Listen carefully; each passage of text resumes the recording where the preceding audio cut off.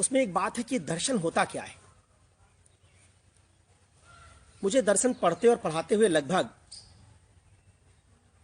27-28 साल हो गए और दुर्भाग्य से मैंने जब दर्शन पढ़ना शुरू किया था तब से लेकर अब तक ऐसी बहुत कम किताबें मुझे मिली जिनको पढ़कर एक लेमैन फिलॉसफी की समझ बना सके। किताबें बड़ी दुरूह भाषा में लिखी गई हैं, भाषा उनकी क्लिष्ट है, जटिल है, उदाहरण अमूर्त किस्म के हैं। तो प्रायः इन किताबों ने दर्शन की मदद करने के बजाय फिलॉसफी का नुकसान ज्यादा किया है। आम आदमी की समझ से फिलॉसफी दूर हो गई। आज मेरी कोशिश होगी कि मैं फिलॉसफी को आम आदमी की समझ के नजदीक लाऊं, आपको फिलॉसफी की वो मायने बताऊं जिनसे आप आपके अगल बगल हो रही घटनाओं में फिलॉसफी तलाश सकेंगे।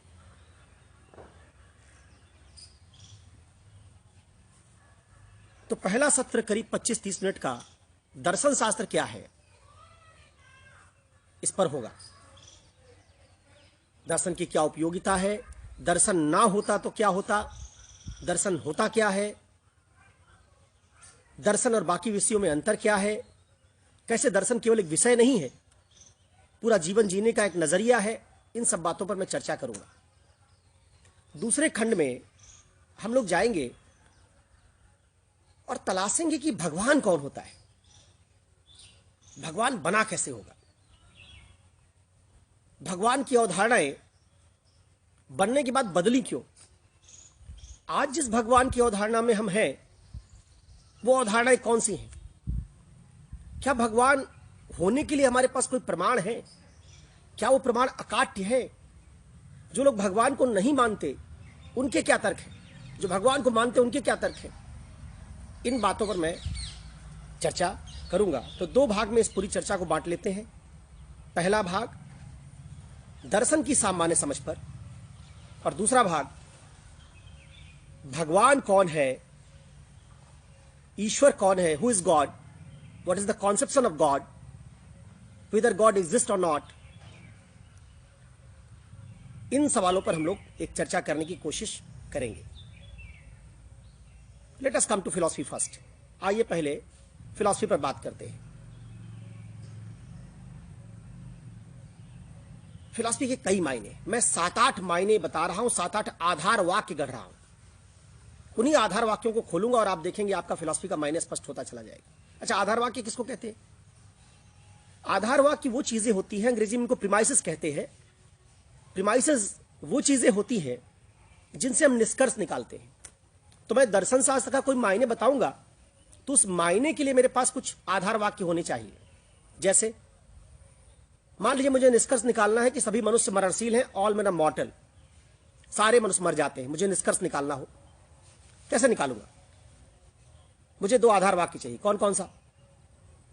क्या मान लीजिए मुझे निष्कर्ष निकालना हो राम मर जाता है, कैसे निकालूंगा? इस तरह के निष्कर्ष निकालने के लिए मुझे क्या चाहिए होगा? पहले मुझे प्रूव करना पड़ेगा कि सारे मनुष्य मरणशील हैं, राम मनुष्य है इसलिए राम मरणशील है। अगर मुझे यह सिद्ध करना होगा कि सभी मनुष्य मरणशील हैं, तब क्या होगा? तब मुझे आधार वाक्य चाहिए होगा कि सुकरात मनुष्य था, सुकरात मर गया, प्लेटो मनुष्य था, प्लेटो मर गया, मिल मनुष्य था, मिल मर गया, बोनापार्ट मनुष्य था, मर गया, एंजेलो मनुष्य था, मर गया, लियोनार्डो दा विंची मनुष्य था, मर गया, सब मर गए। इसका मतलब सारे मनुष्य मरणशील हैं। जिन बातों से आप किसी निष्कर्ष तक पहुंचते हैं उनको हम आधार वाक्य कहते हैं। मैं फिलॉसफी के लिए कुछ ऐसे आधार वाक्य आपके सामने रख रहा हूं और फिर उससे निष्कर्ष निकालूंगा। फिलॉसफी के 6-7 मायने आधार वाक्यों के रूप में आपके सामने प्रस्तुत कर रहा हूं। गजानन माधव मुक्तिबोध की एक कविता है, मैं तुम लोगों से दूर हूं। उस कविता में उनकी 2 पंक्तियां हैं। पंक्तियां कुछ ऐसे हैं, जो है उससे बेहतर चाहिए, पूरी दुनिया को साफ करने के लिए मेहतर चाहिए। मैं पूरी दुनिया को साफ करने वाले मेहतर को दर्शन शास्त्र कहता हूं। दर्शन शास्त्र वो विषय है जो वही काम करता है जो मेहतर का होता है। अब यहां मेहतर को जाति सूचक शब्द के तौर पर मत लीजिएगा। मेहतर का आशय में ले रहा हूं वो जो सफाई का काम करता है। फिलॉसफी एक विषय है जिसका काम सफाई करना है। जितना कचरा आपके दिमाग में जमा हो उसकी सफाई करना। एक कचरा आप रोड पर फेंकते हैं, एक कचरा आपके वैचारिक जगत में जमा होता है। उस कचरे की पूरी दुनिया से सफाई करने वाला जो विषय है वो दर्शन शास्त्र है। कैसे समझाऊंगा आगे आप। तो दर्शन शास्त्र वैचारिक कचरे की सफाई करने वाला एक विषय है। अगर दर्शन ना होता तो दुनिया में खराब विचारों को साफ ना किया जा सकता। महात्मा बुद्ध, गौतम बुद्ध एक मेहतर की भूमिका में आए। बुद्ध के समय, उस समय तक जो वैचारिक कचरा जमा था, जो गलत विचार जमा थे, बुद्ध ने एक किस्म का पुनर्जागरण करके उन तमाम रूढ़ियों या कचरों को साफ किया। मार्क्स दूसरा मेहतर है। उसने अपने समय तक पूंजीपतियों का जितना कचरा जमा था उसको साफ किया। अंबेडकर, अगर उनको हम दार्शनिक कहें, फिलोसफर कहें, तो वर्ण व्यवस्था का जितना कचरा जमा था उसको तार्किक तरीके से अंबेडकर ने साफ किया कि वर्ण व्यवस्था गलत है। तो कोई सब्जेक्ट जो मानवीय विचारों में कौन से विचार तर्कसंगत नहीं है, प्रासंगिक नहीं है, अब वो कचरा बन चुके हैं, इनकी पहचान करता है और ऐसे विचारों को दूर करके उनकी जगह ज्यादा संगत विचार लेकर आता है, उसी विषय को और उसी प्रक्रिया को दर्शन शास्त्र कहते हैं। दर्शन शास्त्र एक विषय भी है तो दर्शन शास्त्र एक प्रक्रिया भी है। जैसे कचरा साफ करना एक लक्ष्य है तो उसमें एक प्रक्रिया भी शामिल है। दर्शन शास्त्र का दूसरा मायने होता है एक ऐसा विषय जो अवधारणाओं को खोलता है, उनका अर्थ स्पष्ट करता है, उनका मीनिंग बताता है। इससे हम समझ पाते हैं कि अवधारणाओं को कैसे समझा जाता है, उनके कितने डायमेंशन हो सकते हैं, उनकी कितनी एनालिसिस हो सकती है। जिस विषय का काम किसी भी अवधारणा की सभी आयामों की इस प्रकार से उनको खोलना, उनका स्पष्टीकरण करना, जिस विषय की ये भूमिका है, उस विषय को हम दर्शन शास्त्र कहते हैं। तो एक दर्शन शास्त्र का काम सफाई करना, दर्शन शास्त्र का दूसरा काम विश्लेषण करना, संदर्भ स्पष्ट करना, अर्थ स्पष्ट करना। दर्शन शास्त्र का तीसरा काम एक डॉक्टर का है। दर्शन शास्त्र एक डॉक्टर है। आप जो सबसे बड़ी डिग्री लेते हैं उसका नाम होता है पीएचडी, डॉक्टर ऑफ फिलॉसफी। और डॉक्टर ऑफ फिलॉसफी किसी एक विषय में नहीं होता। डॉक्टर ऑफ फिलॉसफी संस्कृत में भी है और केमिस्ट्री में भी है, इंजीनियरिंग में भी है, लॉ में भी है। साहित्य का लॉ नहीं होता, साहित्य का रसायन शास्त्र नहीं होता, लेकिन साहित्य का दर्शन होता है। रसायन शास्त्र का भी दर्शन होता है। पीएचडी आप रसायन शास्त्र में भी करते हैं, पीएचडी संगीत में भी करते हैं, पीएचडी विधि और कानून में भी करते हैं, लेकिन रसायन शास्त्र में विधि नहीं करते, साहित्य में रसायन शास्त्र नहीं करते। इसका मतलब एक विषय है जो सभी विषयों का डॉक्टर है। इस मायने को समझेंगे। चौथा, दर्शन शास्त्र आदर्श की खोज है, सत्य की खोज है। व्हाट इज ट्रूथ, क्या सही है, क्या गलत है। वेद से लेकर, अगर भारत की परंपरा की बात करें तो ऋग्वेद से लेकर आज तक मानव की जो वैचारिक यात्रा है उसमें हम सब सत्य ढूंढ रहे हैं, सत्य के शोधक हैं। हम एक तरीके से ट्रुथ सीकर लोग हैं। तो जो दार्शनिक आदमी है या दर्शन शास्त्र विषय है वो बेसिकली लगातार ज्यादा बेहतर और ज्यादा व्यवस्थित सत्य खोजने का प्रयास करने वाला विषय है। तो देखिए दर्शन की कितनी परिभाषाएं बन रही हैं। वैचारिक कचरा साफ करने वाला विषय दर्शन,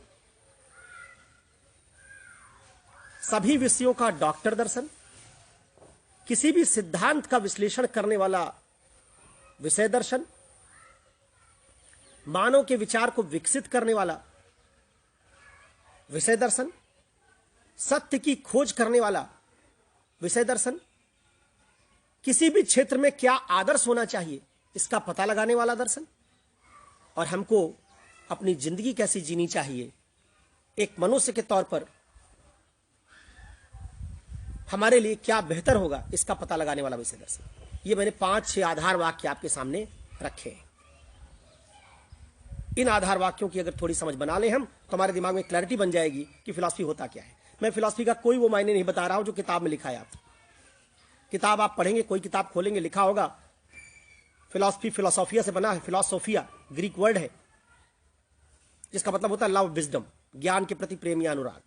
इससे फिलॉसफी के बारे में कोई कॉन्क्रीट बात पता नहीं चल पाती। चलिए एक एक बात जो मैंने कही है उसको समझें और देखें कि फिलॉसफी का क्या मायने है।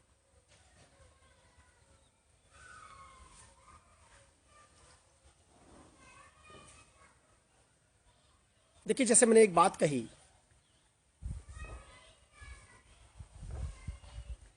कि दर्शन शास्त्र संप्रत्तियों का विश्लेषण करने वाला, संप्रत्तियों को स्पष्ट करने वाला, भाषा की व्याख्या करने वाला विषय है। कैसे इसको समझें, कैसे काम करता है। पहले मैं आपको एक सामान्य उदाहरण देता हूं। मैं 3-4-5 उदाहरण दूंगा। इन 3-4-5 उदाहरणों से अपनी बात समझाऊंगा आपको।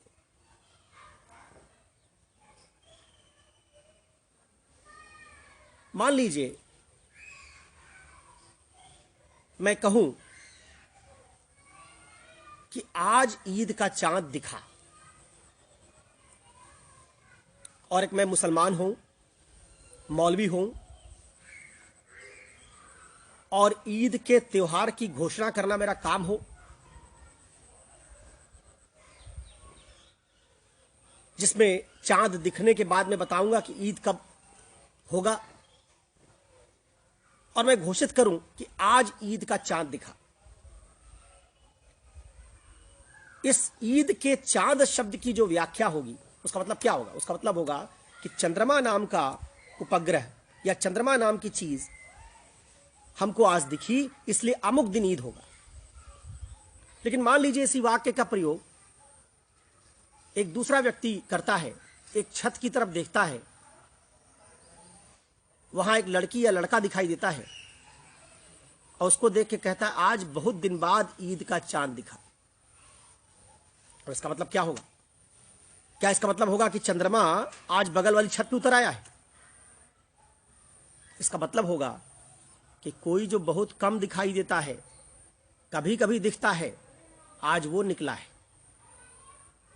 इसी वाक्य को जब एक प्रेमी बोल रहा है, प्रेमिका बोल रही है, जो किसी की तलाश में रहती है या रहता है, रोज छत पे निकल निकल के बगल की छत पे ताकता है तो कहता है आज ईद का चांद निकला, उसका मायने अलग होगा।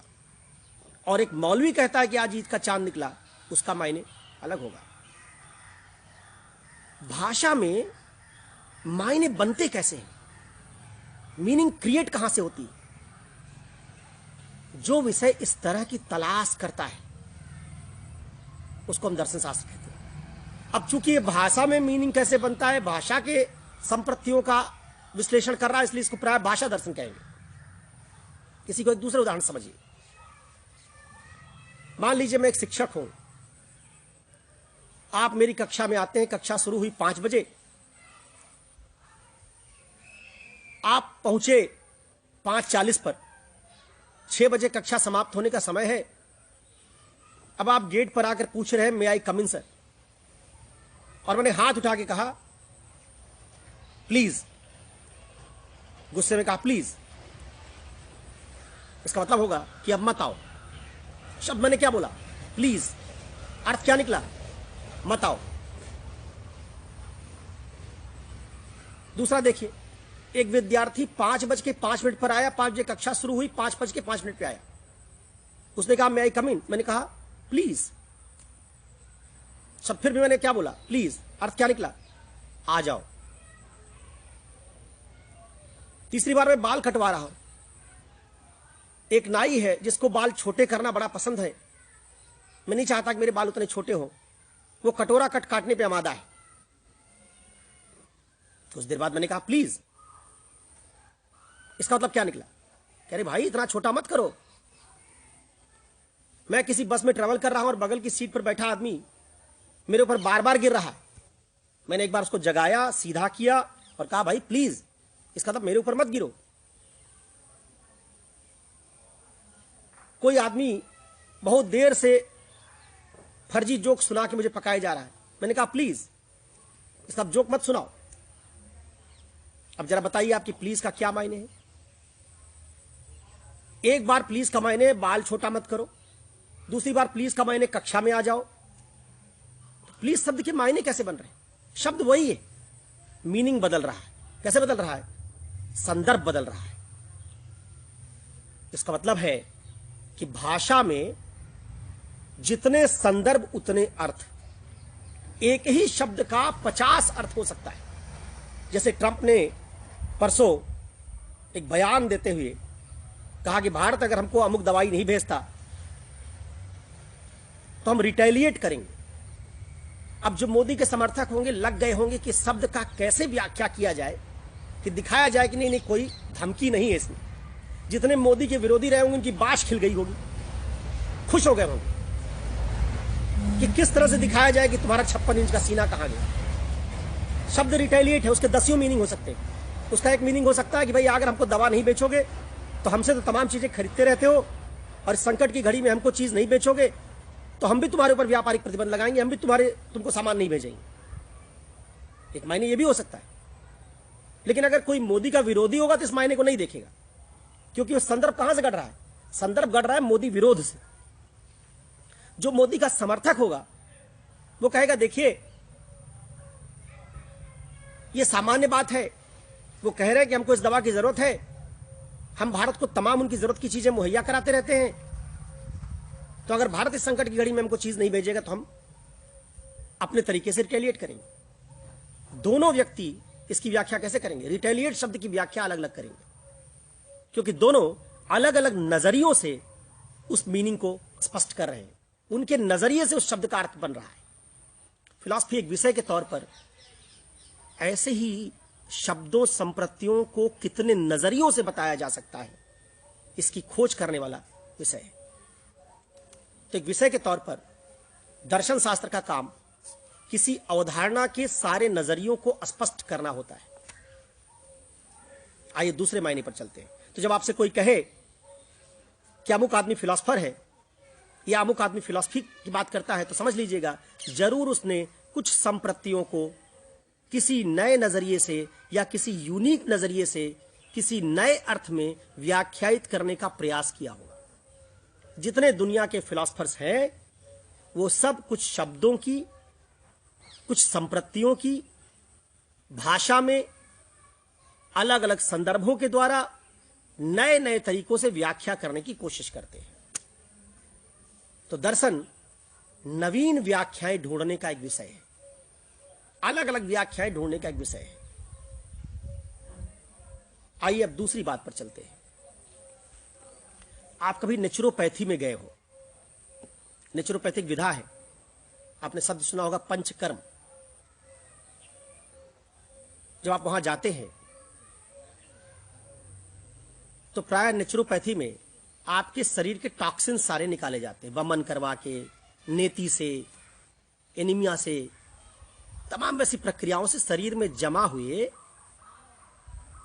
अवशिष्ट और विषाक्त पदार्थों को निकाल दिया जाता है और शरीर में ज्यादा बेहतर तत्वों को प्रवेश कराया जाता है। इससे क्या करते हैं वो नेचुरोपैथी में? जब आप जाएंगे तो खान पान आपका कंट्रोल करेंगे, तमाम क्रियाएं करवाएंगे और इन तमाम क्रियाओं से आपके शरीर की सफाई करेंगे। जैसे नेचुरोपैथी पंचकर्म के माध्यम से हमारे शरीर को रिजुनवेट करती है, हीलिंग करती है, क्लींजिंग करती है, वैसे ही फिलॉसफी वह विषय है जो दुनिया भर में मानवीय विचारों में मौजूद टॉक्सिन्स को, विषाक्त पदार्थों को पता लगा लगा के उनको हटाता है, उनकी क्लींजिंग करता है, उन विषाक्त चीजों को हटाकर उनकी जगह ज्यादा बेहतर चीजों को मानवीय वैचारिक पद्धति में शामिल करवाता है, रिजुनवेट करता है इस तौर पर दर्शन शास्त्र का काम कुछ वैसा ही है जैसे नेचुरोपैथी। नेचुरोपैथी और दर्शन शास्त्र लगभग एक तरह का काम करते हैं। एक मानवीय शरीर पर काम कर रहा है और दूसरा मानवीय विचारों पर काम कर रहा है। दोनों में क्लींजिंग और हीलिंग, रिजर्वेशन, ये 3 प्रक्रियाएं शामिल है। नेचुरोपैथी भी क्लींजिंग कर रही, सफाई कर रही, रिजर्वेट कर रही, फिर से पुनर्नवीकरण कर रही है और हीलिंग कर रही है। वैसे ही फिलॉसफी भी क्लींजिंग करती है, बुरी चीज हटाती है, रिजर्वेट करती है, नई चीज ले आती है और हीलिंग करती है। तो एक विषय के तौर पर वो विषय जिसका काम क्लींजिंग, रिजर्वेशन और हीलिंग है, वो दर्शन शास्त्र है। तीसरा उदाहरण समझिए। आप 2 तरीके से पढ़ाई करते हैं। एक पढ़ाई आप करते हैं जिसमें आप सीखते हैं क्या, कैसे, क्यों। यह पढ़ाई कक्षा 1 से केजी प्रेप, जहां से आप शुरुआत करते हैं वहां शुरू हो जाती है। इस पढ़ाई को आप कहां तक ले जाते हैं? इस पढ़ाई को आप ले जाते हैं मास्टर्स तक। क्यों, कैसे सिखाने वाली पढ़ाई की शुरुआत होती है केजी प्रेप से और इसका अंत होता है मास्टर्स की डिग्री में। अगर ये मास्टर्स आप ह्यूमैनिटीज में, आर्ट्स में कर रहे हैं तो डिग्री मिलेगी MA, master of arts. Political science में कर रहे हैं तो एमए इन पॉलिटिकल साइंस। फिलॉसफी में कर रहे हैं एमए इन फिलॉसफी। साहित्य में कर रहे हैं एमए इन साहित्य, हिंदी लिटरेचर। अगर ये मास्टर्स आप साइंस में कर रहे हैं तो डिग्री मिलेगी एमएससी। अगर ये मास्टर्स आप लॉ में कर रहे हैं तो डिग्री मिलेगी एलएलएम। अगर ये मास्टर्स आप टेक्नोलॉजी में कर रहे हैं तो डिग्री मिलेगी एमटेक। यहां तक क्या होता है, जैसे मान लीजिए मैं उदाहरण लूं पॉलिटिकल साइंस का। पॉलिटिकल साइंस में आपने कक्षा 10-12 से भारत का संविधान, राज्य, व्यक्ति, ये सब पढ़ना मान लीजिए शुरू किया। अब जितने भी सिद्धांत राजनीति के हैं, क्यों, कैसे वाले, राज्य कैसे चलता है, व्यक्ति राज्य के बीच संबंध कैसे है, जितने इस तरह के सिद्धांत होंगे, शासन करने के कितने तरीके हैं, सरकार बनाने का कितना प्रकार है, ये सब सीखते सीखते 10वीं कक्षा से अगर आपने शुरुआत की तो कहां तक जाएंगे आप? ये क्यों, कैसे सीखते सीखते एमए तक। जिस दिन आप एमए कर लेंगे पॉलिटिकल साइंस में, उस दिन ये मान लिया जाएगा कि अब आपने पॉलिटिकल साइंस के सारे सिद्धांत सीख लिए। पॉलिटिकल साइंस में एमए करने का मतलब है कि आप पॉलिटिकल साइंस के मास्टर हो गए, सारे सिद्धांत सीख लिए। अब इसके बाद की डिग्री आप क्या लेते हैं? एमए के बाद क्या करते हैं? पीएचडी। पीएचडी का फुल फॉर्म क्या है? Doctor of philosophy. इसका एमए के बाद जो आप पढ़ेंगे वो फिलॉसफी पढ़ने जा रहे हैं। अब आप जरा सोचिए क्या पढ़ते हैं आप एमए के बाद। एमए के बाद आप सिद्धांत पढ़ते नहीं हैं, नया सिद्धांत खोजते हैं, ज्यादा बेहतर सिद्धांत खोजते हैं। क्या कहते हैं उस प्रक्रिया को? शोध, रिसर्च। क्या कहा जाता है आपसे कि देखिए, चूंकि आप पॉलिटिकल साइंस के ज्ञाता हो गए, पॉलिटिकल साइंस के सारे सिद्धांत समझ गए, तो ऐसा कीजिए, एक टॉपिक चुन लीजिए और उस टॉपिक पे 5 साल शोध कीजिए और 5 साल शोध करके उस टॉपिक पर कोई ज्यादा बेहतर सिद्धांत खोजने की कोशिश कीजिए। या तो पहले वाले सिद्धांत को बेहतर बना दीजिए या पहले वाले सिद्धांत को रिजेक्ट करके उसकी जगह नया सिद्धांत ले आ दीजिए। अगर आप ऐसा कर देते हैं तो हम कहते हैं कि आपने सफलतापूर्वक एक ज्यादा बेहतर और संगत सिद्धांत खोज लिया। तब हम आपको जो डिग्री देते हैं उसको हम कहते हैं पीएचडी। जरा देखिए इससे फिलॉसफी का क्या मायने स्पष्ट हुआ। इसका मतलब है सिद्धांत पढ़ना, सिद्धांतों को बताना, यह विषयों का काम है। सिद्धांतों की जांच करके वो संगत है या असंगत, वैध है या अवैध, इस तरह का शोध करके ज्यादा बेहतर सिद्धांत खोजना, सिद्धांत बनाना, यह दर्शन का काम है। अगर आप लोकतंत्र क्या है यह पढ़ रहे हैं तो आप पॉलिटिकल साइंस पढ़ रहे हैं। लोकतंत्र कितने प्रकार का होता है यह पढ़ रहे हैं तो आप पॉलिटिकल साइंस पढ़ रहे हैं। लोकतंत्र काम कैसे करता है अगर ये पढ़ रहे हैं तो आप पॉलिटिकल साइंस पढ़ रहे हैं। चुनाव कैसे होता है ये पढ़ रहे हैं तो आप पॉलिटिकल साइंस पढ़ रहे हैं। और लोकतंत्र के सिद्धांत में क्या क्या कमियां हैं, लोकतंत्र के सिद्धांत को और बेहतर कैसे बनाया जा सकता है, लोकतंत्र का सिद्धांत कैसा होना चाहिए, आदर्श लोकतंत्र क्या है, लोकतंत्र में कहां कहां अवैध बातें शामिल हैं, लोकतंत्र कहां संगत नहीं है। अगर इस तरह की पड़ताल आप कर रहे हैं तो आप दर्शन कर रहे हैं। पहले वाला काम अगर आप कर रहे हैं, लोकतंत्र क्या है, कैसे काम करता है, तो आप राजनीति विज्ञान पढ़ रहे हैं। और अगर आप लोकतंत्र कैसा होना चाहिए, लोकतंत्र में क्या असंगतियां, इसकी जांच कर रहे हैं, तो आप राजनीति दर्शन पढ़ रहे हैं। इसका मतलब दर्शन सिद्धांत की पढ़ाई नहीं है, सिद्धांतों की जांच है। सिद्धांत पढ़ने की अंतिम सीमा मास्टर्स की डिग्री है। मास्टर्स के बाद हम सिद्धांतों की जांच करते हैं। अब बताइए, सिद्धांत की जांच कौन कर सकेगा? पॉलिटिकल साइंस के सिद्धांत की जांच कौन कर सकता है? जिसने पॉलिटिकल साइंस के सारे सिद्धांतों का ज्ञान पहले प्राप्त कर लिया होगा। इसलिए पॉलिटिकल साइंस के सिद्धांतों का ज्ञान प्राप्त करने वाला एमए का विद्यार्थी ही अगर आगे पढ़ने का निर्णय लेता है तो उसके बाद जो पढ़ाई करता है उसमें वो सिद्धांतों की जांच करता है। पॉलिटिकल साइंस वाला विद्यार्थी जिसने पॉलिटिकल साइंस में एमए किया है वो साहित्य के सिद्धांतों की जांच नहीं कर सकता। इसलिए साहित्य के सिद्धांतों की जांच करने का काम साहित्य में एमए करने वाला विद्यार्थी करेगा। लेकिन सबका काम क्या है? एक ही काम है, क्या? एमए के बाद जांच करना, संगत और संगत की पड़ताल करना। तब इस बात को समझिए, जो लोग कुछ सिद्धांत बताते हैं, अगर वो राजनीति का सिद्धांत बता रहे हैं तो राजनीति शास्त्री, समाज के बारे में सिद्धांत बता रहे हैं समाज शास्त्री, धर्म के बारे में सिद्धांत बता रहे हैं धर्मशास्त्री, भौतिक विज्ञान के बारे में सिद्धांत बता रहे हैं भौतिक शास्त्री, इस नाम से जाने जाएंगे। और जो सिद्धांतों की जांच करते हैं, अगर वो सिद्धांत की जांच कर रहे हैं किसकी? धर्म की, तो धर्मशास्त्री नहीं, धर्म का सिद्धांत बताने वाला धर्मशास्त्री है। धर्म के सिद्धांतों की जांच करने वाला धर्म दार्शनिक। राजनीति का सिद्धांत बता रहे राजनीति शास्त्री, और राजनीति के सिद्धांतों की जांच कर रहे राजनीति दार्शनिक। अगर समाज का सिद्धांत बता रहे समाज शास्त्री और समाज के सिद्धांतों की जांच कर रहे हैं समाज दार्शनिक, तो समाज शास्त्र एक विषय है जिसमें सिद्धांत है और समाज दर्शन दूसरा विषय है जिसमें समाज शास्त्र के सिद्धांतों की जांच है। राजनीति शास्त्र एक सिद्धांत है जिसमें राजनीति शास्त्र एक विषय है जिसमें ढेर सारे सिद्धांत हैं, और राजनीति दर्शन राजनीति शास्त्र के सिद्धांतों की जांच है। अब जरा सोचिए कि अगर दुनिया में केवल सिद्धांत बनाए गए होते, राजनीति शास्त्रियों ने राजनीति शास्त्र का सिद्धांत बनाया होता, समाज शास्त्रियों ने समाज शास्त्र का सिद्धांत बना दिया होता और इनकी जांच ना हो रही होती, तो किसी सिद्धांत का विकास हो पाता? कभी आपको पता चल पाता कि कौन सा सिद्धांत वैध है, कौन सा अवैध? कभी आपको पता चल पाता कि कौन सा सिद्धांत संगत है, कौन सा असंगत?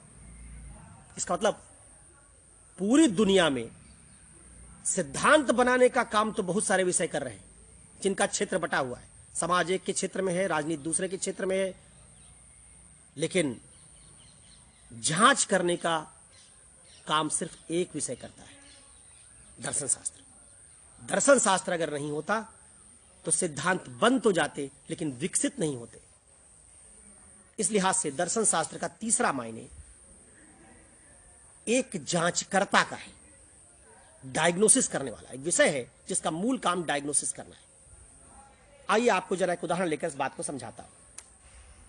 सपोज कीजिए मैं एक उदाहरण लेता हूं, 5 मिनट आपको पहले पॉलिटिकल साइंस के नजरिए से लोकतंत्र बताऊंगा और फिर 5 मिनट पॉलिटिकल फिलॉसफी के नजरिए से लोकतंत्र बताऊंगा। देखिएगा कैसे दोनों में अंतर होता है। मान लीजिए मैं एक राजनीति शास्त्र का शिक्षक होता और लोकतंत्र पढ़ाने की जिम्मेवारी होती, कैसे पढ़ाता? मैं आपसे कहता, देखिए तंत्र का मतलब होता है सरकार, तंत्र का मतलब होता है जहां से निर्णय लिए जाते हैं, जहां से नियम बनता है, उसको तंत्र कहते हैं। पूरा ढांचा जहां से चलता है, ढांचा चलाने में नियम बनाने पड़ते हैं, निर्णय लेने पड़ते हैं।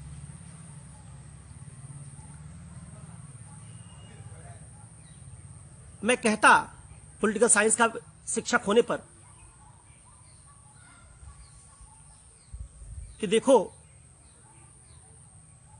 ये तंत्र जहां से नियम बनते हैं और निर्णय लिए जाते हैं, अगर इस तंत्र में सारे नियम राजा की मर्जी से बनेंगे, सारे निर्णय राजा की मर्जी से बनेंगे, तो राजतंत्र होगा, मोनार्की।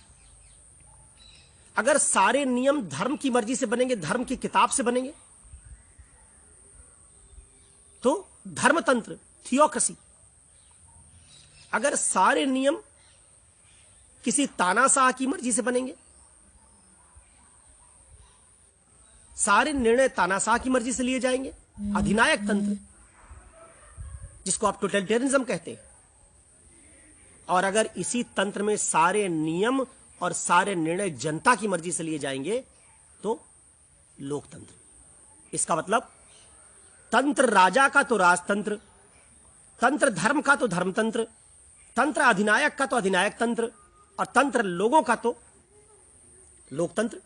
इसका मतलब लोकतंत्र वह सरकार का तरीका है, वह सरकार का प्रकार है जिस सरकार में सारे निर्णय और नियम जनता की मर्जी से लिए जाते हैं। मैं पॉलिटिकल साइंस के शिक्षक के तौर पर आपको आगे बताता कि देखिए, अब जनता की मर्जी से अगर नियम लिया जाए, नियम बनाया जाए और निर्णय लिया जाए, इसको आप लोकतंत्र कहेंगे, तो पहले जनता की मर्जी है क्या, इसका पता लगाना पड़ेगा। जनता की मर्जी का पता कैसे लगाया जाए?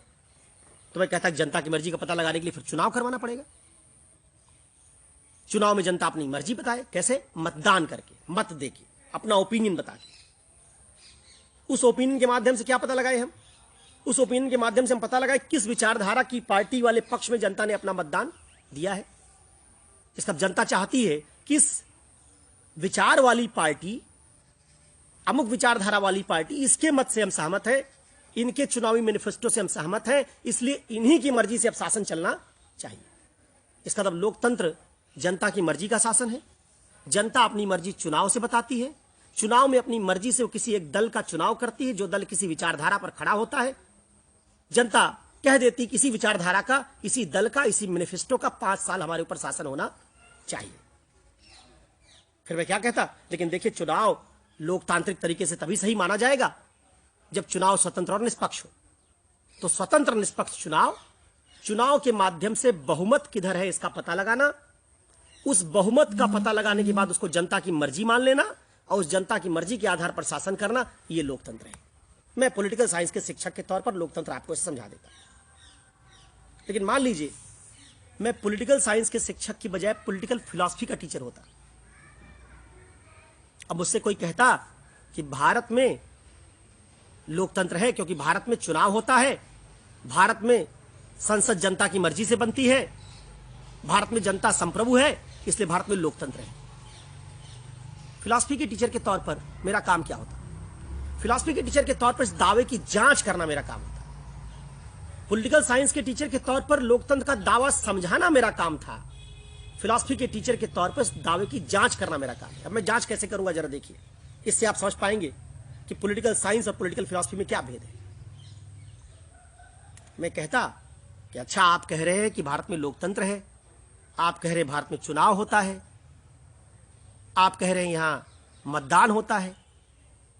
मैं कहता अच्छा, ये बताइए जनाब कि आपका कहना है कि स्वतंत्र और निष्पक्ष मतदान से जहां सरकार चुनी जाए, वो सरकार फिर जनता की मर्जी के अनुरूप निर्णय ले, उसको आप लोकतंत्र मान रहे हैं। भारत में जनता में 48-49% स्त्रियां हैं, ये भी मतदान करने जाती हैं, लेकिन जब ये मत डालती हैं तो ये तो अपना मत डालती ही नहीं। आप कहते हैं मत स्वतंत्र और निष्पक्ष होना चाहिए। मैं चुनौती देता हूं कि आप एक पुरुष खड़ा हो वोट डालने की लाइन में, उसके पीछे उसकी एक बूढ़ी मां, उसके पीछे उसकी पत्नी, उसके पीछे उसकी 2 बेटियां। कितने लोग खड़े हैं एक परिवार से? 5। 1 पुरुष 4 महिलाएं। मैं कहूंगा कि आप जनाब मुझे पुरुष का मत बता दीजिए, किस पार्टी को वोट देगा। आपने कह दिया कि जनाब आम आदमी पार्टी को देगा, कांग्रेस को देगा, भाजपा को देगा। आप बता दीजिए, मैं बता दूंगा चारों स्त्रियां भी वहीं वोट डालेंगी और मेरी बात 99% सही होगी। इसका मतलब आप तो कहते मत स्वतंत्र और निष्पक्ष होता है। अगर मत स्वतंत्र और निष्पक्ष होता तो आप मुझे एक पुरुष का मत बताते तो मैं 4 स्त्रियों का मत कैसे पता कर लेता? इसका मतलब है कि उन 4 स्त्रियों का मत ना तो स्वतंत्र है और न निष्पक्ष है। उस पुरुष के पीछे खड़ी स्त्रियां, जहां वो पुरुष वोट डालेगा वहीं चारों स्त्रियां भी डालेंगी। लोकतंत्र में क्या नियम आप बताते हैं? एक व्यक्ति एक मत। असलियत में क्या हो रहा है? एक व्यक्ति है पुरुष, उसके पास कितना मत है? एक अपना और 4 अपने साथ ले गई स्त्रियों का। कितना मत है उसके पास? एक व्यक्ति 5 मत। अब बताइए, इस तरह का मतदान स्वतंत्र और निष्पक्ष है? इससे बनी सरकार जनता की सरकार है क्या? इससे बनी सरकार जनता की सरकार नहीं, पुरुषों की सरकार है। इसका मतलब आप लोकतंत्र में पुरुषों के शासन में रहते हैं। तो जो आप कहते हैं जनता के द्वारा जनता के लिए शासन, असल में भारत में बात सही नहीं। भारत में लोकतंत्र के नाम पर पुरुषों के द्वारा पुरुषों के लिए शासन है, क्योंकि स्त्रियों के पास भारत में स्वतंत्र मत है ही नहीं। मुश्किल से 2% स्त्रियां होंगी जो विदेश नीति, अर्थव्यवस्था जिन पर सरकार बनती है, विचारधारा इनसे परिचित होकर अपना सारा मत वो पुरुष के कहने पर डालती है। इसका मतलब जिस देश में स्त्री सशक्तिकरण नहीं हुआ है, स्त्रियां विचारधाराओं से परिचित नहीं, मुद्दों की जानकारी नहीं, उस देश में लोकतंत्र नहीं चल सकता। तो आप कहते हैं पॉलिटिकल साइंस के लिहाज से भारत में लोकतंत्र है, फिलॉसफी के नजरिए से मैं कहूंगा भारत में लोकतंत्र की जगह पुरुष तंत्र है। अब जरा और इससे भी घातक बात देखिए, आप मुझे जाति बता दीजिए कि अमुक आदमी यूपी में रहता है, यादव है, अमुक आदमी ब्राह्मण है, आप उसकी जाति बताइए, मैं बता दूंगा कहां वोट डालेगा, फिर मेरी बात सही होगी। तब सोचिए, एक एक जाति के पास कितने वोट हैं? 2 करोड़, 4 करोड़ लोग जाति के नाम पर क्या डाल रहे हैं? वोट। मत किसको कहते हैं? जो बदलता है, सूचना आने पर बदलता है। यहां क्या है?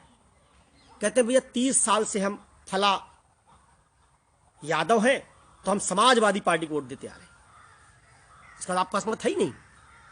अगर आपके पास मत होता तो बदलाव होता उसमें। आपने क्या किया? अपनी जाति को मत में तब्दील कर दिया। आप ब्राह्मण हैं, कहें कि भाजपा को वोट देते चले आ रहे हैं, क्षत्रिय हैं, कहें भाजपा को वोट देते चले आ रहे हैं। आपके पास मत कैसे? आपने अपनी पहचान को ही मत में बदल दिया है।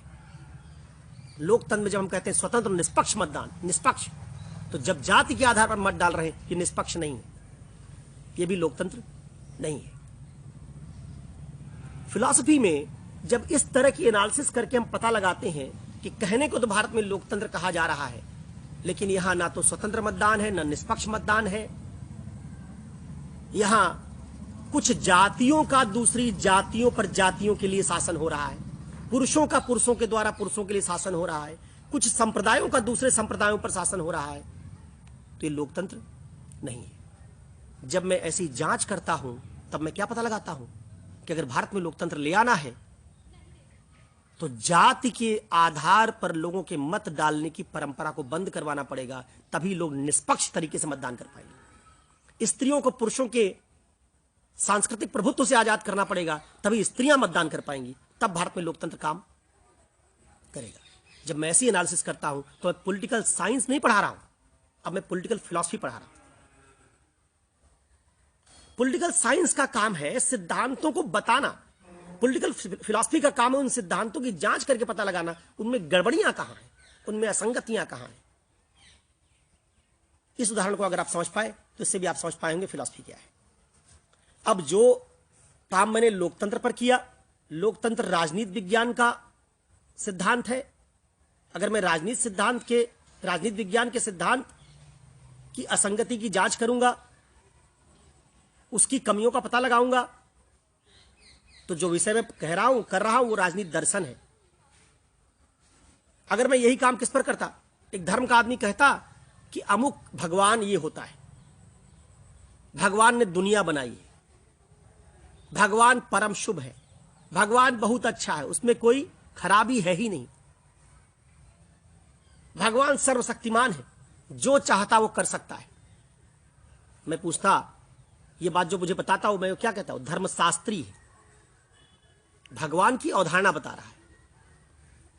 लेकिन मान लीजिए मैं इसकी जांच करता कि तुम कहते हो कि भगवान सर्वशक्तिमान है, तुम कहते हो भगवान ने दुनिया बनाई, तुम कहते हो कि भगवान परम शुभ है, उसमें बुराई है ही नहीं, तब मैं कहता कि भाई ऐसा भगवान जो खुद परम शुभ है, परम दयालु है, एब्सोल्यूट गुड है, बेनोवलेंट है, जो भगवान ओमनिस पोटेंट है, सर्वशक्तिमान है, क्रिएटर है, अगर भगवान ऐसा है तो उस भगवान की बनाई गई दुनिया में अबोध बच्चे बीमारियों से क्यों मर रहे हैं? दुनिया में प्राकृतिक आपदाओं से लोग क्यों जान दे रहे हैं? गरीबी क्यों है? भुखमरी क्यों है? अगर भगवान दयालु था और भगवान साथ में सर्वशक्तिमान भी था तो भगवान चाहता गरीबी दुनिया से हटा देता। अगर उसने जानबूझकर दुनिया से गरीबी नहीं हटाई तो दयालु नहीं, वो चाहता कि लोग कष्ट झेले। और अगर वो दुनिया से गरीबी हटाना तो चाहता था लेकिन हटा नहीं पा रहा है, तब वो सर्व शक्तिमान नहीं। तो मैं क्या कहूंगा, भाई देखो तुम्हारा भगवान या तो दयालु है या सर्वशक्तिमान, दोनों अगर होता तो फिर दुनिया में कोई बुराई नहीं होनी चाहिए थी।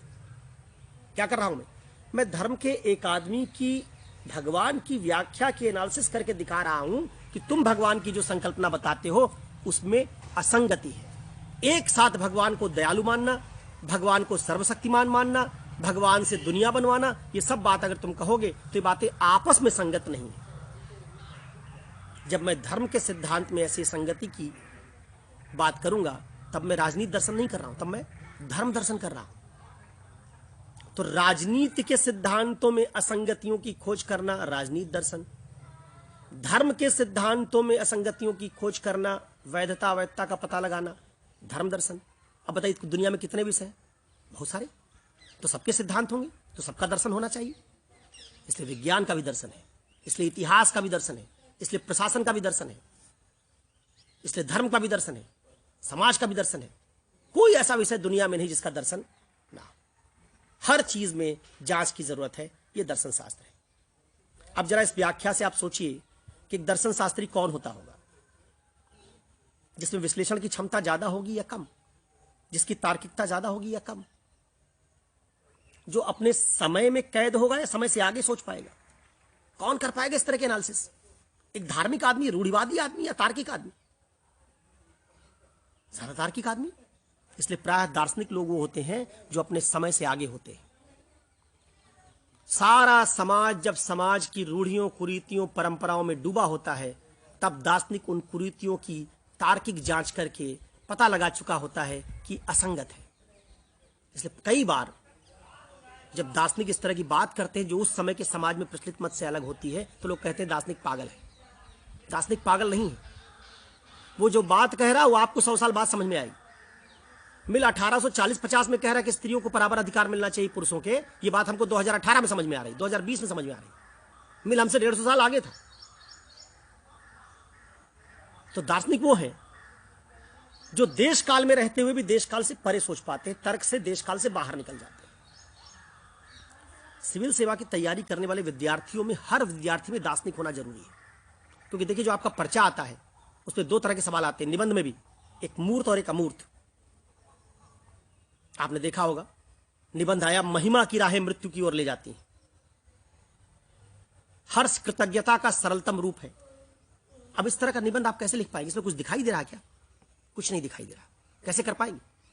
जब आपकी विश्लेषण की क्षमता बहुत व्यापक होगी, अमूर्त चिंतन की क्षमता बहुत व्यापक होगी, तब आप इस तरह के सवालों के एनालिसिस कर पाएंगे। इसलिए सिविल सेवा में चाहे आपका विषय दर्शन शास्त्र हो या ना हो, लेकिन आप में दार्शनिक होना जरूरी है।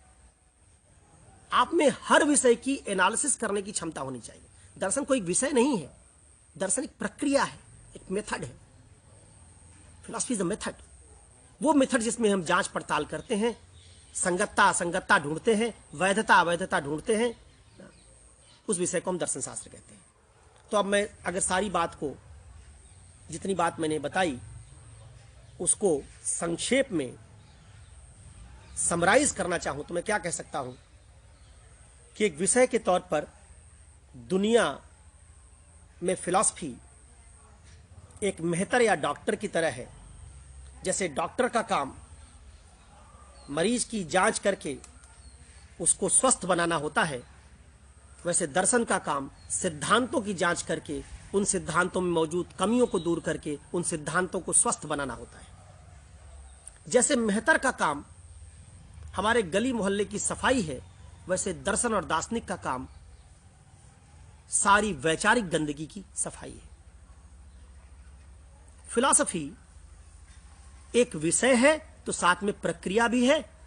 प्रक्रिया के तौर पर फिलॉसफी विश्लेषण, जांच पड़ताल, एनालिसिस, रीजनिंग, इन सब बातों पर निर्भर है। जब आप किसी सिद्धांत की जांच करेंगे, उसकी एनालिसिस करेंगे, उसके सारे आयाम खोलेंगे, उसमें क्या सही क्या गलत इसका पता लगाएंगे, तब आप असल में दर्शन कर रहे हैं। ठीक है, तो सिद्धांत समझना कहां तक? एमए तक। सिद्धांत समझने के बाद ज्यादा बेहतर सिद्धांत की खोज करना, शोध करना, किसी सिद्धांत की जांच करना, ये विषय नहीं बल्कि दर्शन है। इसलिए आपकी पढ़ाई को मैंने कहा था 2 भाग में आप बांट सकते हैं। एक भाग में आप विषय पढ़ते हैं, दूसरे भाग में आप दर्शन पढ़ते हैं। दर्शन सबसे उच्चतर अध्ययन है।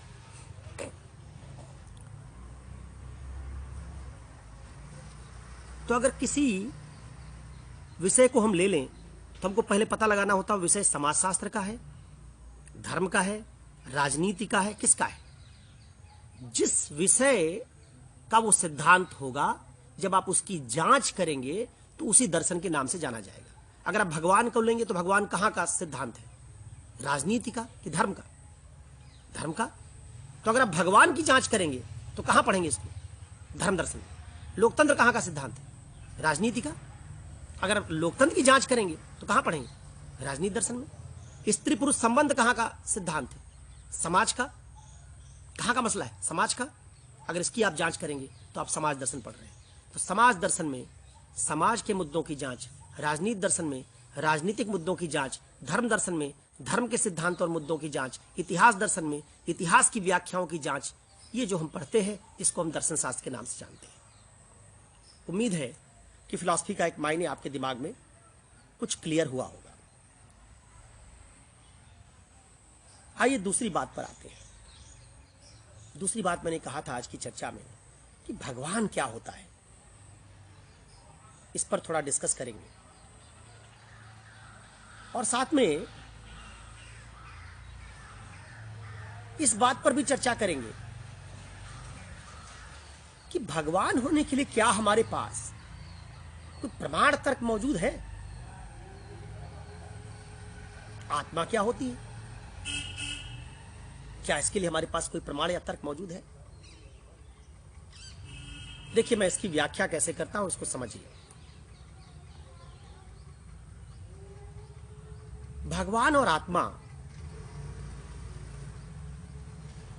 मानव के द्वारा बनाई गई वो 2 सबसे बड़ी प्राकल्पनाएं हैं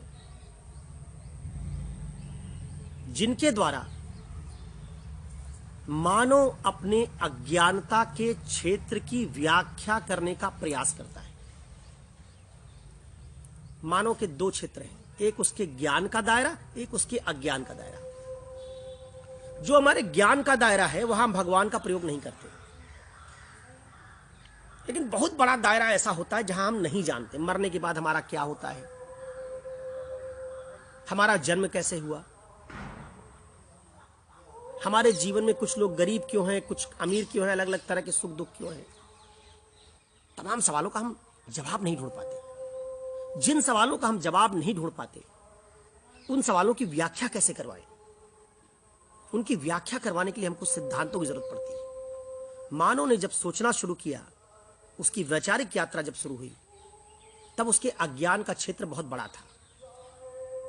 दुनिया कैसे बनी, हम कैसे आए, बीमारियां क्या हैं, आंधी क्यों आती है, बारिश क्यों होने लगती है, सूर्य कभी ज्यादा गर्म क्यों हो जाता है गर्मी के दिनों में, कभी कम गर्म क्यों होता है, हम मर क्यों जाते हैं। तमाम सवालों का हमारे पास आज से 2500-3000 साल पहले जवाब नहीं था। तो हम क्या करते थे? इन सवालों का हम वैचारिक तरीके से जवाब चाहते थे। उन्हीं जवाबों को जिस प्राकल्पना से हमने गढ़ा वही भगवान है।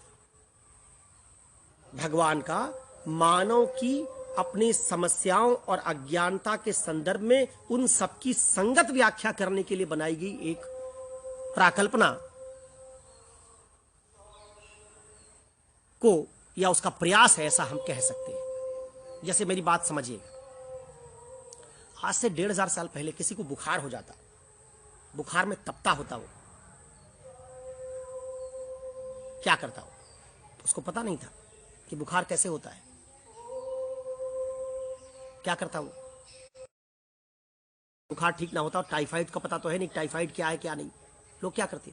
पूजा पाठ शुरू कर देते, क्योंकि उनको वायरस बैक्टीरिया के बारे में कुछ जानकारी नहीं है। कोरोना थोड़े जानते थे, तो क्या मानते कि भगवान की पूजा से ठीक हो गया। आज अगर आपको बुखार होता तो क्या करते हैं आप? भगवान को याद करते हैं? नहीं। सिग्नल वीक था, वापस लौटते हैं चर्चा पर। आज क्या करते हैं? सामान्य बुखार आया तो आप क्रोसिन की एक 50 पैसे की गोली खरीदते और खा लेते हैं। जिस काम को 1500 साल पहले आप भगवान से करवाते थे, वो काम 50 पैसे की गोली से करवाते हैं आज। ज्यादा नहीं, आज से 50 साल पहले, 20 साल पहले, 50 क्यों 20 साल पहले भारत में किसी को चेचक निकल आती थी, स्मॉल पॉक्स, कहते थे देवी निकल आई, पूजा पाठ शुरू हो जाता था। हमने क्या किया? स्मॉल पॉक्स का टीका ढूंढ लिया, वैक्सीनेशन करवा दिया। आज हमको ये व्याख्या पता चल गई कि स्मॉल पॉक्स एक वायरल डिजीज है, उसका टीका है, वैक्सीन है, इसको लगा दिया जाए तो नहीं होगा। आज स्मॉल पॉक्स के संदर्भ में आप ईश्वर को याद नहीं करते। बारिश कम हुई, ज्यादा हुई, 2000 साल पहले क्या कहते थे? ईश्वर का प्रकोप होगा, इंद्र नाराज है। आज उसकी व्याख्या ला नीनो, अल नीनो, फलाना डिस्टर्बेंस, इससे उससे कर लेंगे। मॉनसून वीक है तो क्यों है, स्ट्रांग है तो क्यों है, आपके पास व्याख्या है। इसमें आप भगवान की मदद नहीं लेते। जैसे जैसे मानव के ज्ञान का दायरा बड़ा होता गया, भगवान का दायरा छोटा होता गया। तो भगवान दो काम के लिए गढ़ा गया था। एक, मानवीय मन में मौजूद असुरक्षा के खिलाफ एक मानसिक इंश्योरेंस, बीमा, और दूसरा, जिन व्याख्याओं को हम नहीं कर पा रहे थे उनकी एक व्याख्या करने का प्रयास। जब मानव ने अपनी वैचारिक यात्रा शुरू की तो उसकी असुरक्षाएं भी ज्यादा थी। घर बनाना नहीं जानता था, बाढ़ का मुकाबला नहीं कर सकता था, आंधी तूफान से नहीं बच सकता था। इसलिए जिस जिस चीज से उसको असुरक्षा थी, सब में भगवान डाल दिया। तेज आंधी से डर है, पवन देवता हो गए, कोई वरुण देवता हो गए, इंद्र देवता हो गए। जितनी चीजों से सुरक्षा है सब भगवान बन गए, और सबकी अलग अलग पूजा करना शुरू कर दिया। आज आप क्या करते हैं? आज आपको सुरक्षा किससे है? कि रोड पर ज्यादा तेज गाड़ी चलाएंगे, कहीं एक्सीडेंट ना हो जाए, घर में आग ना लग जाए, व्यापार व्यवसाय कर उसमें घाटा ना हो जाए, हमारी मृत्यु ना हो जाए। तो आप क्या करते हैं? आज इन बातों के लिए आप इंश्योरेंस खरीदते हैं। मेडिकल इंश्योरेंस अलग खरीदते हैं, घर में थेफ्ट का इंश्योरेंस अलग खरीदते हैं, जीवन बीमा अलग करवाते हैं, कार का एक्सीडेंट बीमा अलग करवाते हैं। जो काम पहले आप भगवान से करवाते थे, आज किससे करवाते हैं? आज वो काम बीमा कंपनी करती है। और आज सुरक्षित कैसे करते हैं अपने आप? सुरक्षित करने की दवाइयां खाते हैं, डिजीज होने पर जांच करवाते हैं। तो क्या हो रहा है? मानव में जो सुरक्षा की मांग या चाहत थी, उसके कारण हमने भगवान गढ़ा। चूंकि हमारी सुरक्षाएं ज्यादा थी, इसलिए हमने भगवान का दायरा बड़ा कर दिया। जैसे जैसे वो सुरक्षा हमको राज्य से, कानून से, संविधान से, न्यायपालिका से, बीमा कंपनी से, दवाओं से मिलने लगी, उन जगहों पर हम भगवान की मदद नहीं करते, नहीं मांगते। जैसे आजकल आप फेसबुक पर देख रहे होंगे, अक्सर लोग कहते हैं कि कोरोना के समय में न मंदिर काम आ रहा, न चर्च काम आ रहा, न मस्जिद काम में आ रहा, हॉस्पिटल काम में आ रहा। क्या ये कोरोना नाम की बीमारी अगर 1500 साल पहले हुई होती तो भी ये लोग कहते? अगर 1500 साल पहले कोरोना हुआ होता तो मंदिर, मस्जिद और चर्च, मस्जिद तो था नहीं, लेकिन जो भी पूजा घर होते उसकी तरफ भगवान की तलाश में लोग भागना शुरू कर देते। 1500 साल पहले कोरोना होने पर लोग चर्च और मंदिर भागते। आज कोरोना होने पर हम क्या कह रहे हैं? आज कोरोना होने पर हम कह रहे हैं कि मस्जिद बंद कीजिए, मंदिर बंद कीजिए, क्योंकि हमको कोरोना के कारकों की ज्यादा बेहतर समझ और जानकारी है। तो भगवान असल में ना, हमारी अज्ञानता का क्षेत्र। जिस दिन मनुष्य अंतिम रूप से जान जाएगा कि दुनिया कैसे बनी, हम कैसे आए, सब जान जाएगा, उस दिन भगवान समाप्त होता चला जाएगा। ध्यान रखिएगा, यहां मैं भगवान की जो चर्चा कर रहा हूं भी धार्मिक नजरिए से नहीं कर रहा। मैं ये समझा रहा हूं कि धर्म में भगवान आया कैसे। धर्म में भगवान हमारी जिज्ञासा, हमारी असुरक्षा और हमारी अज्ञानता के कारण आया। जैसे जैसे ज्ञान बढ़ता जा रहा है, भगवान छोटा होता जा रहा है। एक समय हर बात के लिए भगवान को याद करते थे, आज हर बात के लिए नहीं याद करते। आज जब जब असुरक्षा होती, जैसे तैयारी आपकी परीक्षा की कमजोर हो, तो आपको परीक्षा से एक दिन पहले भगवान याद आने लगते हैं।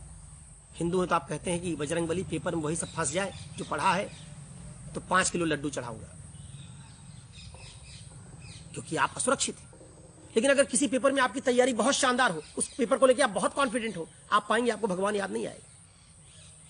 जब आप कमजोर होते हैं, असुरक्षित होते हैं, तब आप भगवान को याद करते हैं। जिसकी व्याख्या आप खुद नहीं कर पाते, वहां भगवान को याद करते हैं। इसलिए हु इज गॉड, कौन है भगवान? मैं कहता हूं भगवान एक प्राकल्पना है जो मानव की जिज्ञासा, असुरक्षा और अज्ञानता के क्षेत्रों की व्याख्या करने के लिए बनाई गई थी। यहां तक कि विज्ञान में भी, साइंस में भी हिग्स बोसान को, जिससे हम मानते हैं कि सारी व्याख्याएं हो पाएंगी, क्या कहते हैं हम? God particle. गॉड पार्टिकल, जो चीज सबसे बेहतर व्याख्या कर दे, गॉड। हिग्स बोसान सबकी व्याख्या कर सकता है, इसलिए गॉड।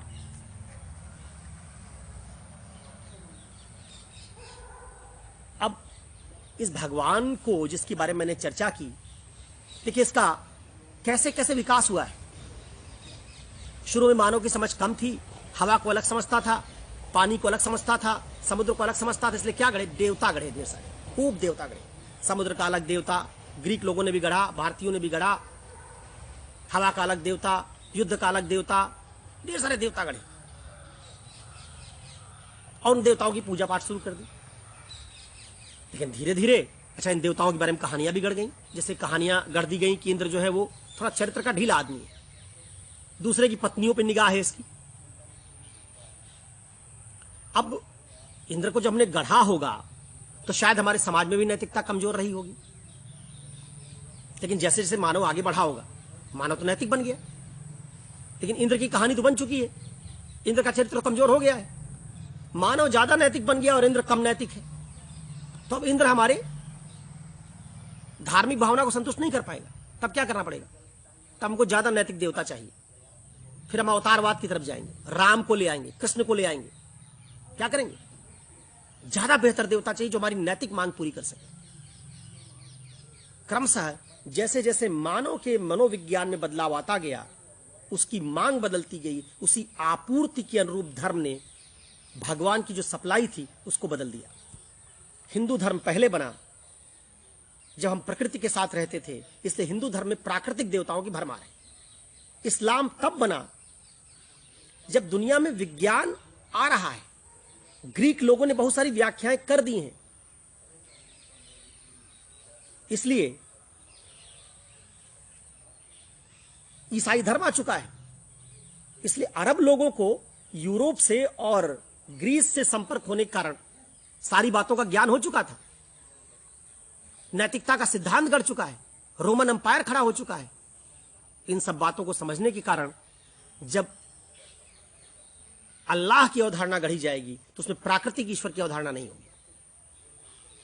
तो भगवानों का डेवलपमेंट हुआ है, ईश्वर का डेवलपमेंट हुआ है। शुरुआत में बने भगवान अलग मॉडल वाले हैं, जैसे कार बनाते हैं हम, हर साल उसका अपडेटेड वर्जन आता है। वैसे भगवानों के 5-5, 600 साल में अलग अलग मॉडल रिलीज हुए। हिंदुओं में भी शुरुआत इंद्र से, वरुण से, अग्नि से हुई। आगे चलकर फिर हम ब्रह्मा, विष्णु, महेश, राम, कृष्ण लगातार इनकी ओर चलते चले गए।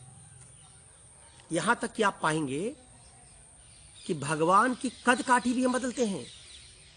50, 60, 70 साल पहले कि किसी देवता की तस्वीर देखिएगा, राम की तस्वीर देखिएगा किसी एल्बम में, किसी कैलेंडर पर, आप पाएंगे राम का भी थोड़ा पेट निकला होगा। आज राम की तस्वीर जो छपती है उसमें 6 पैक एब होते हैं राम की। हमारी सौंदर्य की अवधारणा बदली, चौड़े कंधे चाहिए, सुगठित कमर चाहिए, सिक्स पैक्स चाहिए, तो राम का चित्र बनाते हैं, तो राम का चित्र भी अपनी आज की प्रतिमान के हिसाब से बनाते हैं। इससे आप समझ सकते हैं कि मानवीय मनोविज्ञान, हमारी जिज्ञासा, हमारी नैतिक मांग, हमारी सुरक्षा की मांग, हमारी ज्ञान की मांग, ये बदली तो भगवान बदला। तो असल में भगवान मानवीय मांग की आपूर्ति के अनुरूप गढ़ी गई दुनिया की सबसे बड़ी व्याख्या करने वाली संकल्पना है। अब इसके लिए लोग तर्क क्या देते हैं कि भगवान है, भाई कैसे माने, इसके लिए क्या तर्क है? कुछ लोग कहते हैं कि देखिए, जैसे ये मोबाइल जिसमें मैं रिकॉर्डिंग कर रहा हूं, ये मोबाइल एक नियम पर काम कर रहा है। अब जब ये मोबाइल एक नियम पर काम कर रहा है, तो जरूर मोबाइल बनने से पहले किसी को इस नियम का ज्ञान रहा होगा और उसी नियम का प्रयोग करके उसने इस मोबाइल को बनाया होगा। इसका मतलब कहीं भी अगर कोई चीज, कोई यंत्र है, मशीन है जो बौद्धिक नियम पर काम कर रही है, तो उस चीज के बनने से पहले जरूरी है कि कोई उस नियम को जाने और उस नियम का अनुप्रयोग करके तभी वो वस्तु बनेगी। इसका मतलब नियम का या उस वस्तु का आइडिया पहले आएगा, तब उस आइडिया के अनुरूप उस वस्तु का निर्माण होगा। मोबाइल का आइडिया जब तक किसी के दिमाग में नहीं आया होगा, तब तक दुनिया में एक भी मोबाइल नहीं आया होगा। जब तक हवाई जहाज का आइडिया नहीं आया होगा, तब तक दुनिया में एक भी हवाई जहाज नहीं आया होगा। आइडिया पहले, चीज बाद में। अब जरा अपने ब्रह्मांड को देखिए, मोबाइल में एक दो नियम है, ब्रह्मांड में कितने? सैकड़ों। ज्वालामुखी किसी नियम से आता है, भूकंप किसी दूसरे नियम से आता है, बल का नियम है, गति का नियम है, ग्रहों की गति का नियम है, कितने नियम है? सैकड़ों। तब अगर मोबाइल वाली बात इस पर लागू की जाए तो अगर मोबाइल नियम से चलता है तो नियम जानने वाला कोई होगा तभी मोबाइल बनेगा। तो अगर आपकी दुनिया में नियम होंगे, दुनिया नियमों पर काम कर रही होगी, तो नियमों को जानने वाला कोई रहा होगा तभी दुनिया बनी होगी। जैसे मोबाइल का आइडिया किसी के दिमाग में आएगा तब मोबाइल उसके बाद में आएगा, वैसे हमारे बौद्धिक ब्रह्मांड का आइडिया किसी के दिमाग में आया होगा तब उस आइडिया के बाद बौद्धिक ब्रह्मांड आया होगा। कुछ लोग कहते हैं बिना आइडिया के चीज नहीं बनती। आज तक दुनिया में बिना आइडिया के कोई चीज नहीं बनी। मोबाइल, हवाई जहाज, कार, एसी, पंखा, सबका आइडिया पहले, चीज बाद में।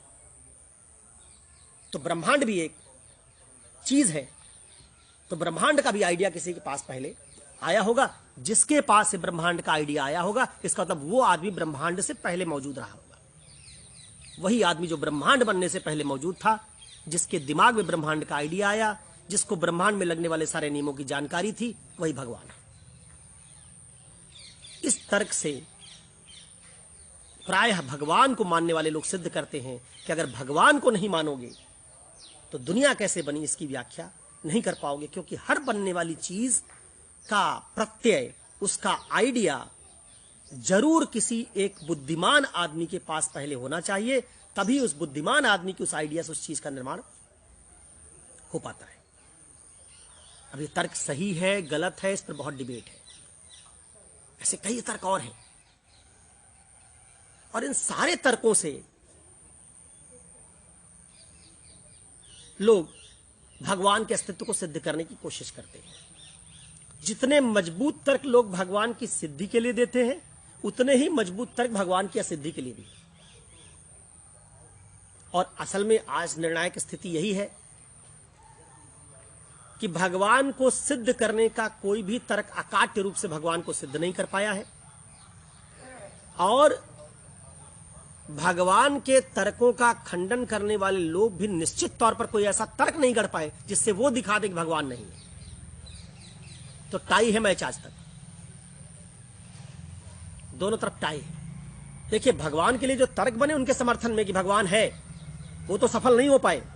लेकिन जिन्होंने ये प्रयास किया कि हम भगवान को असिद्ध कर देंगे, उनके तर्कों से भी या तो एक किसी खास वैरायटी वाला भगवान असिद्ध हुआ है, या उनके तर्कों में कोई कमी रह गई जिनसे वो भी ये बात सिद्ध नहीं कर पाए।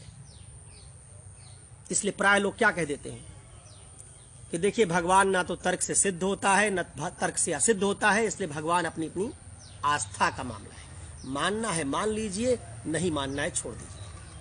आपके जिंदगी में अपनी सुरक्षाओं की व्याख्या आप खुद कर लेते हो, आपको ज्ञान के लिए जो तर्क है आपके पास वो पर्याप्त लगता हो, तो आपकी जिंदगी में भगवान का रोल नहीं। लेकिन अपनी सुरक्षाओं की व्याख्या अगर आप खुद नहीं कर पाते हैं, आपके जिंदगी में हर बात की आप तार्किक व्याख्या नहीं कर पाते हैं, तो ऐसे लोगों के लिए भगवान आज भी रेलेवेंट बना हुआ है। ठीक है, तो मैंने आपको एक सामान्य प्रक्रिया समझाई कि मानव जब इस धरती पर आया होगा तो कैसे 3 बातों से, जिज्ञासा, असुरक्षा और व्याख्या की चाहत, हर चीज की व्याख्या की चाहत, इन 3 बातों ने भगवान की संकल्पना को गढ़ा होगा। सब चीज की व्याख्या नहीं कर पा रहा था, इसलिए भगवान चाहिए। असुरक्षाएं ज्यादा थी, उनसे बचने के लिए भगवान चाहिए। और जिज्ञासा है, उस जिज्ञासा के कारण भगवान आया। जैसे जैसे हमारी जिज्ञासाओं की पूर्ति, हमारी असुरक्षाओं की पूर्ति, हमारी व्याख्याओं के लिए विज्ञान, राज्य, कानून, संस्थाएं खड़ी होती चली गईं, वैसे वैसे भगवान की अवधारणा धीरे धीरे उन सभी क्षेत्रों में आज लागू नहीं होती जहां पहले लागू होती थी। जैसे मैंने आपको चेचक का उदाहरण अभी कुछ देर पहले समझाया। आज चेचक के लिए आप भगवान को याद नहीं करते, बुखार के लिए आप भगवान को याद नहीं करते, बारिश कमजोर होगी, इस साल मानसून कमजोर रहेगा, इसकी व्याख्या के लिए भगवान को याद नहीं करते। ऐसे ही आत्मा क्या है? देखिए, एक हाइपोथेसिस फिर से बनी। आदमी आंख से देखता, मैं आंख से देख रहा हूं, कान से सुन रहा हूं, आप भी सुन रहे होंगे मेरी बात। जब हम मर जाते हैं तो हमारा यही कान रहता है, यही आंख रहती है, यही हाथ रहता है, पूरा शरीर ऐसे कैसा रहता है। जब पूरा शरीर ऐसे कैसे है, तो मरने के बाद आंख खोल दीजिए एक आदमी की, उसको सुंदर मोनालिसा का पेंटिंग दिखाइए कि कितनी रहस्यमयी मुस्कान है, देखिए, देख पाएगा? आंख है, देख नहीं पा रहा है। रो रहे हैं उसके अगल बगल खड़े उसके सगे संबंधी। कान है, सुन नहीं पा रहा है। उसके मुंह में खीर डाल दीजिए, मिठाई डाल दीजिए, उसकी सबसे प्रिय। जिह्वा है, स्वाद नहीं ले पा रहा है। तो क्या हुआ भाई? इसी शरीर में जिस जीवा से स्वाद लेता था, जिस कान से सुनता था, जिस आंख से देखता, तो सब मौजूद है, फिर भी कोई काम नहीं हो पा रहा है। इसकी व्याख्या जब हम नहीं कर पाए तो हमने क्या मान लिया कि देखिए, आंख एक इंस्ट्रूमेंट है, साधन है, ये देख सकती है, लेकिन तभी जब कोई एक कारक ऐसा मौजूद हो जिसमें देखने की क्षमता भरे। और कहा गया मृत्यु के बाद वही कारक चला जाता है। मृत्यु के बाद एक चीज है जो चली जाती है हमारे अंदर से, वो चली गई तो हमारा देखना, सुनना, खाना पीना सब बंद हो गया, भले हमारा शरीर और हमारे अंग वैसे वैसे बने रहे। इस बात को आप कार के उदाहरण से समझ सकते हैं। एक कार में ड्राइवर बैठा दीजिए, कार में चलने की क्षमता है, 100 किलोमीटर की रफ्तार से भागेगी। एक्सीलरेटर पर पैर रख दीजिए, 100 किलोमीटर की रफ्तार से भागेगी। लेकिन कार से ड्राइवर को निकाल दीजिए, कार खड़ी हो जाएगी। वही कार खड़ी हो जाएगी जिसमें चलने की क्षमता है। कार चलती तब है जब उसको चलाने वाला कोई होता है, अपने आप नहीं चलती। अब यहां ड्राइवरलेस कार का एग्जाम्पल अभी मत दे दीजिएगा, सामान्य कार के संदर्भ में इसको समझिएगा। ठीक वैसे कुछ लोगों ने कहा कि हमारे शरीर को भी एक ड्राइवर की जरूरत होती है। हमारा शरीर कार की तरह है, इसमें ड्राइवर होगा तो हम बोलेंगे, सुनेंगे, देखेंगे, खाएंगे, सूंघेंगे। वही ड्राइवर निकल गया तो ना आप बोल पाएंगे, ना सूंघ पाएंगे, ना सुन पाएंगे, ना छू पाएंगे। वही ड्राइवर जो ये सब करने में आपको सक्षम बनाता है, वही आत्मा है। तो आत्मा की संकल्पना इस बात की व्याख्या के लिए गढ़ी गई कि मृत्यु के बाद हमारे शरीर की सारी इंद्रियों के होने के बावजूद हम वो सब काम क्यों नहीं कर पाते जिन कामों को हम जीवन में उन्हीं इंद्रियों से कर लेते थे। इस व्याख्या को जब नहीं समझा पाए, इसके लिए हमने जो हाइपोथेसिस गढ़ी उसका नाम रख दिया आत्मा, चेतना, स्पिरिट। तो भगवान, गॉड